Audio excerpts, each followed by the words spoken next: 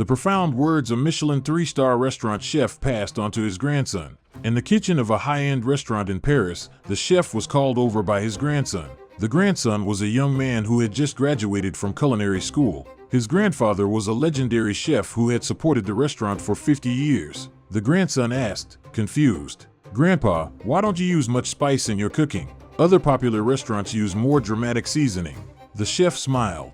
"Do you know what? Truly delicious food doesn't have a strong aroma or flavor. In fact, the more refined the dish, the more subtle the aroma and flavor. Using strong spices, salt, or sugar to mask the taste is a sign of mediocrity. A true chef relies on the ingredients themselves, quietly and subtly." The grandson was surprised. "But customers want flavors that make an impact." The chef replied calmly, "That's just superficial satisfaction. Truly delicious food is something that lingers in your heart long after you've finished eating." Then the chef said something shocking. "Actually, it's exactly the same with people."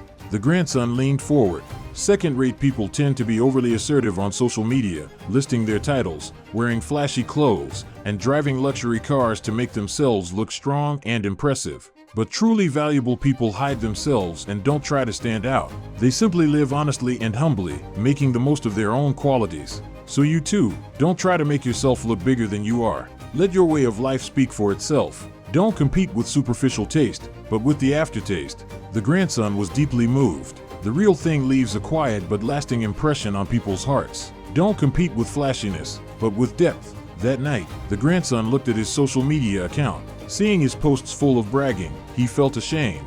3 years later, the grandson's cooking gained a reputation through word of mouth and came to be loved by customers around the world.